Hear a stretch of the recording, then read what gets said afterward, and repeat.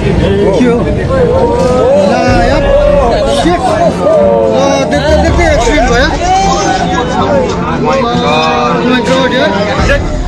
Oh my god।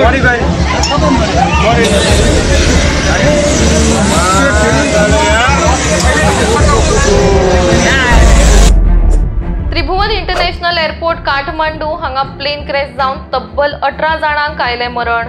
फक्त pilot एकटोच वाटावलो।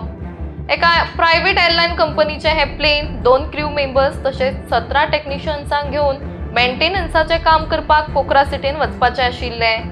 मात टेक ऑफ करतना रुळा वयल्यान घसरून ह्या प्लेनाक उजो पेटलो आणि प्लेन थंयच क्रॅश जाले। आपत्कालीन प्रतिसादकर्त्यांनी हो उजो बरेच कष्ट घेवन पालायलो, मात दुर्दैवान प्लेनातले 18 जाणूय जाग्यारूच सोंपले। तर पायलटाक उपचारा खातीर हॉस्पिटलांत दाखल केले। ताच्या दोळ्यांक इजा जाल्ली आसा अशें दोतोरान कळीत केला। माहिती मेळिल्ल्या प्रमाण नेपाळान घडिल्ली ही पहिली घटना न्हय, तर हाच्यान पयलीं अशे अपघात हांगा जाल्ले आसा आणि कित्येक लोकांक मरण आयला। क्यों?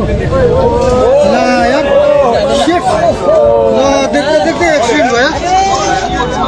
Oh my god यार।